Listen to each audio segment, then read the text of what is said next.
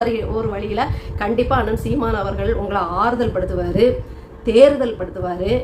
முக்கியமா தம்பி சோர்ந்து போயிடாத, இதால நீ பின்வாங்கிறாத, இதால நீ அரசியலை விட்டு போயிடாத, உற்சாகமா கிளம்பு, இதை படிப்பினையா ஏத்து ஒரு கட்டமைப்புக்குள்ள கொண்டு வா, கட்டுப்பாட்டுக்குள்ள கொண்டு வா. நீ அரசியலை விட்டு போயிடாத தம்பி, நீ உன் அரசியலை பண்ணு, நான் என் அரசியலை பண்றேன் அப்படின்னு கண்டிப்பா சொல்லுவாரு. ஆனால் விஜய் அவர்களே அதை நீங்கள் வழக்கம் போல் கேட்டுக்கிட்டு இந்த காதில் வாங்கிட்டு இந்த காதில் விட்டணும். ஏன்னா நீங்கள் வழக்கமாக அண்ணன் சீமான் அவர்களை கூப்பிட்டுட்டு லாங் ட்ரைவ் போனீங்க கட்சி ஆரம்பித்த புதுசில். அப்போ அண்ணன் எவ்வளோ ஆலோசனைகள் சொன்னார், இது எவ்வளோ பெரிய கஷ்டம், இது எவ்வளோ பெரிய நீங்கள் எதிர்கொள்ள வேண்டிய சவால் என்னென்ன இருக்கும் அப்படின்ட்டு நிறைய உங்கள்கிட்ட சொல்லியிருக்காரு. நீங்கள் அதில் ஒரு 2-3 விஷயத்தை எடுத்துகிட்டு முதல் மாநாட்டில் அதையே எகத்தாளம் பண்ணீங்க. அரசியல் பண்ணோம்னா முதல்ல இருக்கும், அது அப்படி நம்ம காலை பிடிக்கும், அது கழுத்தை கவ்வும், அப்படி இப்படின்னு பயமுறுத்துறாங்க அப்படின்ட்டு மாநாடுல எகத்தாளம் பண்ணீங்க.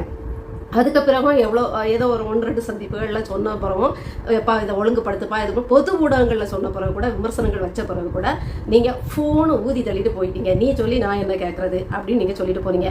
எப்போ உன்னுடைய ரசிகர்கள் ரசிக மனப்பான்மையில் இருக்காங்க, வெறித்தனமாக ஏதோ செய்கிறாங்க, ஒன்று அவங்களே அழிச்சிருவாங்க போல இருக்கு, உன்னுடைய கொள்கை சரியில்லை, தமிழும் திராவிடமும் ஒன்றா வராது, பெரியாரும் தமிழ் தேசியத்துக்கும் சம்மந்தமே இல்லை, பெரியார் நம்முடைய தமிழை சனியன்னு சொன்ன சனி, திருக்குறளை மலன் சொன்னார், சிலப்பதிகாரங்களை கிண்டல் அடித்தவர், காப்பியங்களை கிண்டல் அடித்தவர், யார் எப்படி வேணாலும் இருக்கலாம் அப்படிங்கிற ஒரு ஒழுக்கத்துக்கு மாறான ஒரு கோட்பாடுகளை வச்சவர் இவர். அந்த கால சிவாஜி கிருஷ்ணமூர்த்திப்பா, அந்த கால சரக்கு சங்கர் அப்படிங்கிற மாதிரி எவ்வளவோ உங்களுக்கு மீடியா மூலமாக ஊடக வாயிலாக சொல்லியும் நீங்கள் காது கொடுத்து கேட்கல, கொஞ்சம் கூட இப்படி ஏற்றிக்கலை.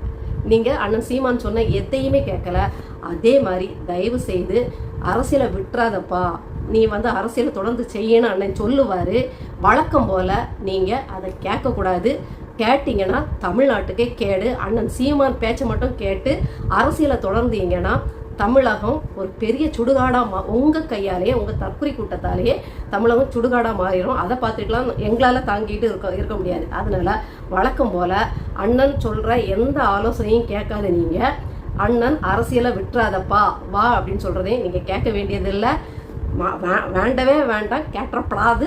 நீங்கள் பழையபடி உங்களுக்கு கைவந்த கல்யாணம், உங்களுக்கு நல்லா தெரிஞ்ச தளமான நடிப்பு தொழிலுக்கே போயிருங்க.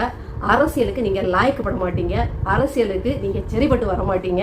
உங்களுக்கு எது சரியாக வரும், உங்களுக்கு நடிக்க நல்லா வரும், நடிப்பில் சிறந்தவர். அதனால உங்களுக்கு எது வருமோ அதை செய்யுங்க, அண்ணன் பேச்சை கேட்காதீங்க.